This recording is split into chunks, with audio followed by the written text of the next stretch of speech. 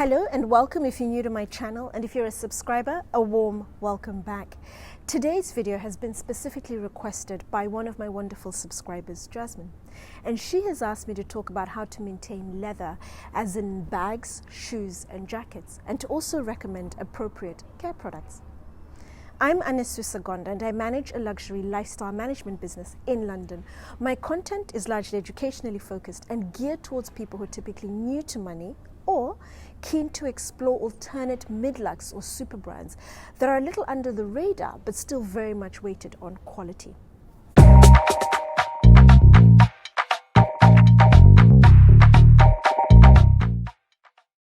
Leather is a living material. Essentially, it's the animal's hide or skin, whichever you prefer, but it needs a certain level of care in order to stay in good condition and functional. But regardless, it's going to age. But how well it ages is determined by a number of factors, namely the type of hide and how you, as the user of the product, are using it and also maintaining it. So talking specifically about hides, you have on one end an incredibly rugged, heavy, grainy leather, it's goat. And then on the opposite end, deliciously soft but incredibly sensitive. You literally only have to sneeze near it and it will scuff, and that's lambskin. And then in between those two, the most commonly used, you have your cow and sheep's hide. They're supple, they age well. And then just a little above that, you have calf skin, which is very soft, incredibly supple, and ages superbly. And then throw into that equation whether the leather is treated or it's not treated. Treated leather is referred to as non-aniline. Non-treated leather is aniline. Your treated leather potentially has a chemical applied to it just to make it a little more waterproof, boost the quality of the hide. And you really notice the difference when you compare your aniline and non-aniline. When you sprinkle a few drops of water, for example, on a treated item that has been waterproofed, the water will just run off. Whereas the other one, where it's aniline, because the skin is porous, the water will just run through and wet the item and you see a dark patch. But the aniline leather is the most expensive. It's the best quality leather. It's natural, it's soft, it's gracefully supple. And it's a leather that's typically used for bespoke or made to measure items and so forth. Items that are a lot more expensive, you want the best. And it's a leather that you just enjoy and you let it age gracefully, and you don't put anything on it except for having a very good spot cleaner, which I'll recommend later. But in terms of treating it, putting anything to waterproof or condition the skin, I would not recommend on aniline products. And then also throw into that equation how you, as the user of the product, treats it. If you are very heavy-handed, you throw your things about, you don't look after them, you don't clean them as you go along, you don't condition, particularly if it's a treated skin, then the quality will be compromised, and depending on how far gone it won't recover, and the items won't last as long. And then on top of that, as if it couldn't be any more difficult, you have a number of elements that really work against leather. You have sun or heat damage. Sun or heat damage is irreversible. And what typically happens is, if you store your item or keep it or just leave it in the sun, and depending on how long, it potentially can crack, or the leather becomes warped. If the item was wet prior to this and you dried it, then it potentially will shrink and then the leather could just crack. You cannot reverse sun or heat damage. If you get something wet or something happens to it, just dry it naturally. Don't run the hairdryer over it or hang it near a heater or a radiator. It'll just kill it. And don't put the item or store it near the sun. And then throw into that equation as well water. Water damage is typically reversible, but it depends on how you deal with it. If it's just a few drops, just dab it off. Never dry vigorously using a cloth or anything like that. And typically a non-lint cloth with no color, so there's no color transfer. But any water damage, depending on how severe it is, if the item has been drenched literally in water, then I would recommend not necessarily wringing it, but taking, let's say, for example, a white lint-free cloth, like I mentioned, and just dab it until all the excess water has gone, and then just leave it somewhere cool to naturally dry. Don't put it anywhere near a heat source or the sun, because it will be damaged. The leather will crease or it'll shrink or warp, and you cannot reverse that once that has happened. But just normal water damage, where water gets onto it and you let it dry naturally, the quality or the leather itself typically will not be compromised. I'm going to talk about the items individually and just give you suggestions of how to look after them in terms of just care instructions and just how to store them and so forth. And I'm going to tackle them individually, and I'm going to kick off with bags. All the top-end designer brands at an absolute minimum provide you with a dust bag to store your bag. So when you're not using it, always keep it in the dust bag. If you don't have the dust bag for whatever the reason, then I would always recommend just a plain white cotton pillowcase. White because I'm concerned about color transfer, particularly if you don't know the quality of the pillowcase. And it's a colored pillowcase, water gets onto it and it runs through to the leather item, then it discolors it. So just a plain white cotton pillowcase will more than suffice to store your bag. Never ever store leather goods, whether it's a bag, pair of shoes or whatever, in a plastic bag for a long period of time, purely because plastic doesn't allow ventilation. So if any moisture got into the bag, it wouldn't come out and it would potentially cause over a long period of time mildew, mold, some sort of damage to the bag, long-term damage. So I would always recommend either the dust bag or the pillowcase. And if you're storing it, putting it away, again, take everything that's in the bag out of the bag. Leather doesn't bounce back. So if you keep a lot of things in the bag when you're not using it and they're heavy and they distort the shape, when you do take the items out, you'll find that the leather doesn't bounce back. And you really notice this a lot more with your smaller leather good items, for example, card holders and so forth. If you stuff them with cards and receipts, when you do take those out, the shape is gone and it never bounces back. So I'd always say that. The other thing is, if you're going to store the bag for a long period of time, wrap the hardware, so the fixtures on the bag, in tissue paper, and that's so that they don't mark the leather. So if they're going to sit for a long period of time, there's something on it, resting on it, and it presses into the leather, it doesn't permanently mark the leather, then you have that permanent dip.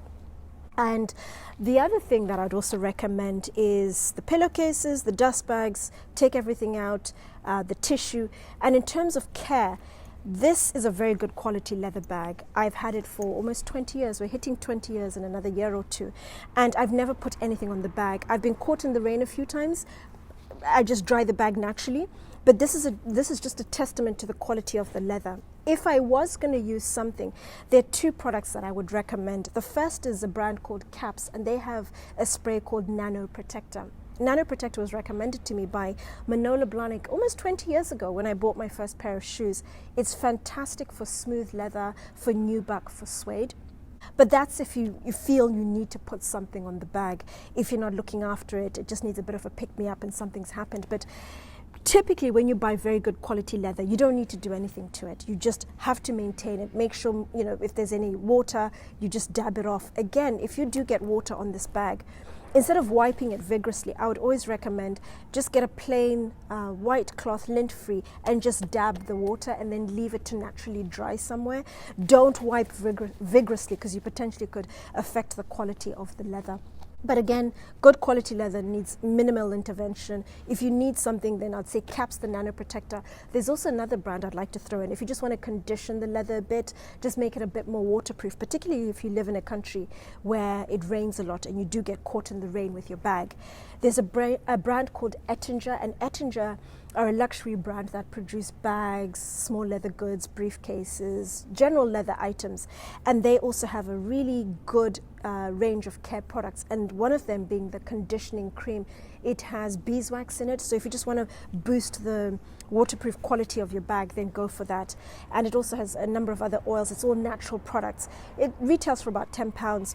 Kaps is also around the £10 mark, but I would also recommend the Ettinger if you just want to boost the beeswax, or rather the waterproofing quality to the bag. But otherwise, it's minimal fuss. Just maintain it as you go along. If it gets dirty, just wipe it. If it gets any stains, just wipe them. Just use a cloth, a bit of warm, soapy, pH-balanced water on the inside to just clean the lining. But don't let things just sit and then you have a whole raft of issues that you're trying to sort, and then it could affect the overall quality of the bag. The other thing I just wanted to highlight very quickly before moving on is if you have a bag that's rigid, then I would always recommend keeping the tissue that's provided by the brand, or if you don't have any, just get some acid-free tissue that you use to stuff the bag, and you just make sure it stays upright, particularly if it's a bag that needs to be rigid. I would also not recommend putting any care products that would have lanolin, because that would soften it and defeat the whole purpose of it being rigid. But again, with this bag, a testament to the quality of the leather. I've never done anything to it in over 10 years. If it gets rained on, I just leave it to naturally dry. And you do notice when it rains, the leather darkens, but I just leave it somewhere cool and dry, and it naturally dries away, and it's fine. The other thing is, if you want to stuff the bag and you don't have acid-free tissue, I would not recommend newspaper. Please don't ever put newspaper in your bag, because the print from the newspaper will transfer onto your bag, and then you have the stains of the print on your bag, both on the outside and the inside, depending on where it's touching. And throw water into that equation, it's a disaster. But please don't ever use newsprint to stuff your bags. And then moving on to the next item, which is the leather jackets. I'm going to split leather jackets into treated versus non-treated leather. And I'm going to start with treated leather, your non-aniline. Because the leather has been treated, the level of care and maintenance is pretty low key. You don't have to do as much as you would with the aniline jacket, for example. And what I would recommend with your non-aniline is just dry cleaning it. And how often you dry clean will very much be determined by how often you're wearing it. Is it once a week, once a month, or every few months? And if you're going to put it away for a period of time, I'd always recommend you dry clean it before you put it into storage. And then dry cleaners, one I would really like you to get on your radar. They are a specialist leather and suede dry cleaner. They're called Ace of Suedes, and they are based in North London near Woodford. I'm going to insert their address details down below. But regardless of which country you're in, I would always recommend you err on the side of caution and go with a company that has specialized or a specialist in leather cleaning. In terms of the products to use, the two that I recommended with bags would more than suffice. So your Ettinger Leather Balm and also your Kaps Nano Protector. Whether you are maintaining from the get-go or the product just needs a bit of a pick-me-up, it has been damaged in the sun or water damage, it's a bit dry, whatever it may be, those two are more than enough. I've worked with a number of clients where we have commissioned bespoke jackets, and we've mixed a number of hides. And there's a great product I'd also like you to get on your radar, not just for leather jackets, but also your bags and shoes. And it's great for patent leather, for lacquered leather, synthetic, your reptile skin leather. And it's from Kaps, and it's called Black Care. With products, I always suggest you test a small bit on a discrete part of the item, and just make sure there's no adverse reaction, and then you apply it to the item, particularly if it's a spray-on product. But if it's a cream or a wax or something that you need to then work through the product, what I'd recommend is you always apply the item to a cloth and then onto the product. Never pour the cream or the wax or whatever it may be directly onto the product. You have much better control if it's on a cloth, and you can always put more or work with it. Sometimes if you put too much, then there's a permanent stain or whatever it may be. So that's your products, 3 great products to have on your radar. Dry clean your items, and then store them somewhere cool, somewhere dry, away from the sun, away from heat. And what I would recommend is on a hanger. Try not to fold your items, but if you do fold, you find there's going to be a crease, whether it's just the back or certain parts of the jacket. What I would recommend is turn it inside out, get a damp cloth, place it on the lining on top of the crease, and just run a warm iron over that. Don't ever place the damp cloth directly on the leather and run the iron. You'll damage your leather. Try it a couple of times and the creases dissipate. But leave it to also naturally dry, because you've been incorporating that water. Just let it naturally dry for a period of time, and then you can use the jacket. And then moving on to your aniline jacket. Now, aniline jackets are bought because of the quality of the leather. It's the best quality leather, it's expensive. And what I recommend is no product whatsoever on an aniline jacket. Just enjoy it, let it age gracefully as it develops its character.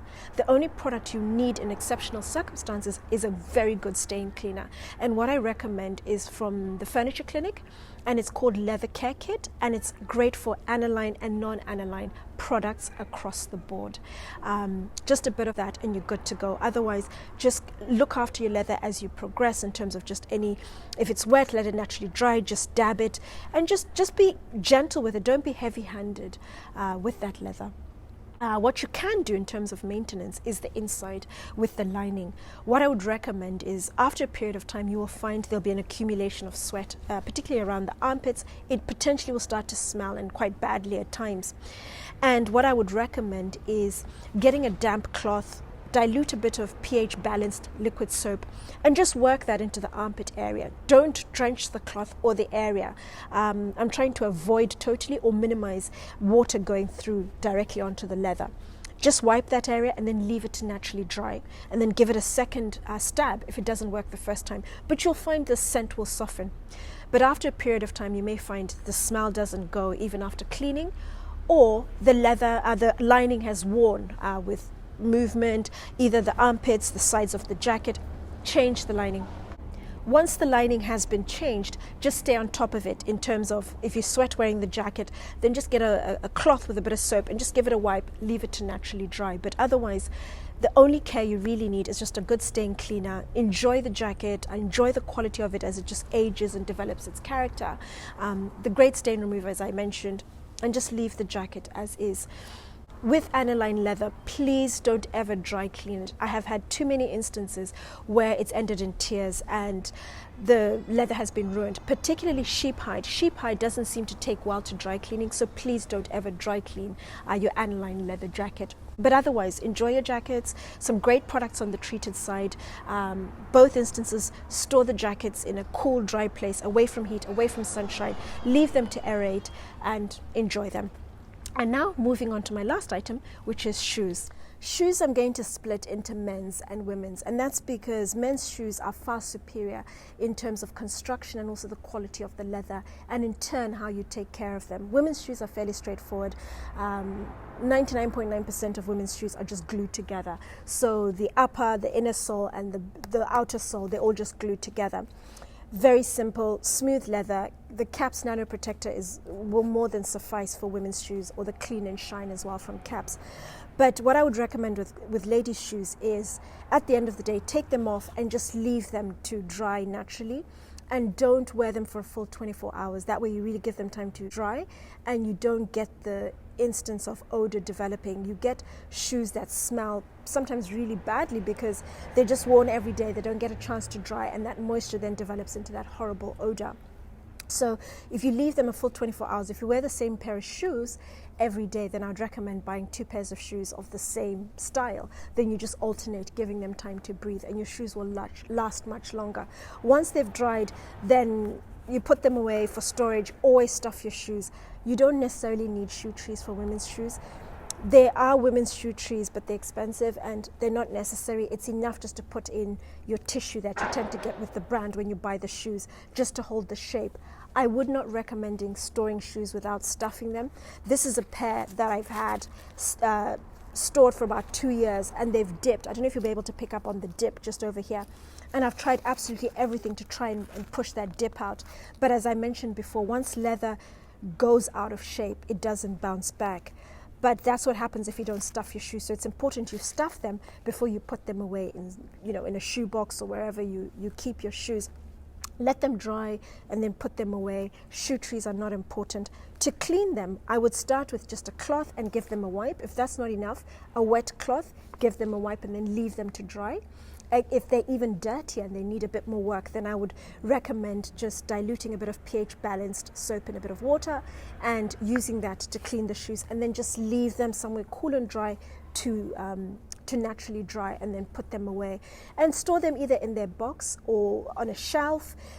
I would recommend, especially with the more expensive shoes, they all come with dust bags. Put them in the dust bag. That way there's no dust, and they're kept clean, and it's easy when you travel to just pick up the bag and pop it in your suitcase. One thing I recommend, aside, I know this is going off tangent, but when you're traveling and you have shoes and bags, I would recommend switching your shoes so you have odd shoes in each bag. That way, if somebody opens your suitcase in an attempt to steal, they open the bag and they're 2 mismatched shoes. They don't have time to try and figure out where is the other shoe. That's just a trick I've learned along the way. But women's shoes, very straightforward. End of the day, let them breathe, let them dry out for a full 24 hours, then put in the tissue and put them away, and just clean with a cloth and soap. That's more than enough. Men's shoes are the ones that really need the effort. Again, like I mentioned with women's shoes, if you wear the same pair of shoes to work every day, then buy 2 pairs and then alternate. Give them a full 24 hours to just dry. Men's shoes are a totally different ball game, particularly when you look at as you go up the realms, so from ready to wear, made to measure, and then bespoke. As you go up, they become more expensive, and also the quality of the leather and the craftsmanship. There's a lot more work that goes into that shoe, and you need to look after it.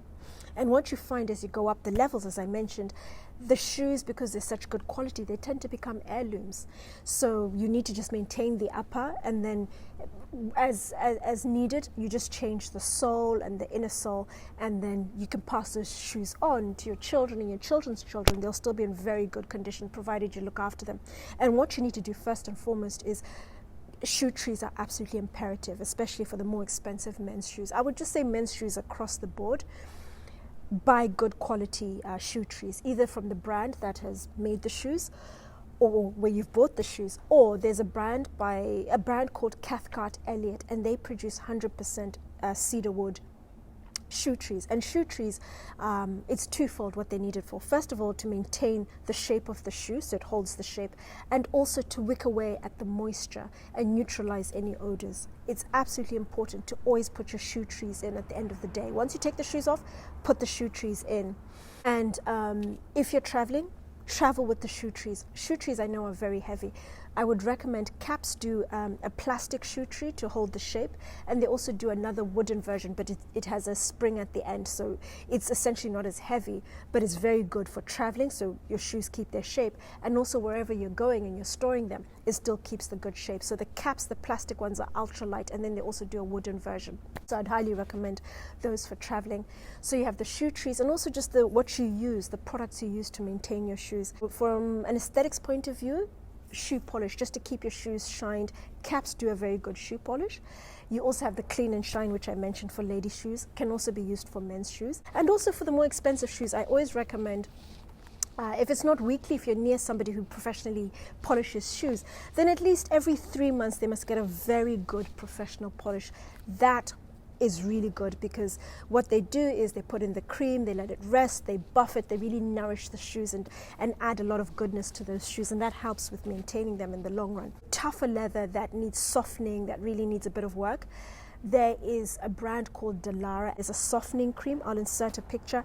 That is absolutely fantastic for your shoes and for boots. It softens your boots, it nourishes them as well, and it retails for about £10-15 or so. And it's fantastic for boots because it prevents any creases or cracks as you walk with the shoes.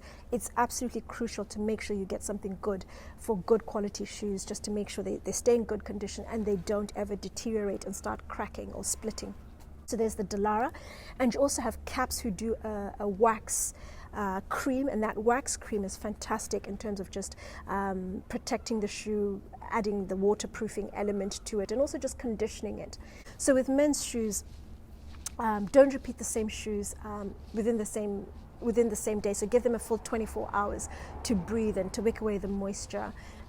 Buy 2 pairs of shoes if need be. Really good quality creams. You have Kaps, you have Delara, and they're good to go. You know, they're well maintained and they will last, provided you just look after them and make sure you maintain at every opportune moment. But otherwise, I've given you some really great brands. Kaps is a fantastic brand across the board for your bags, for your shoes, for your jackets.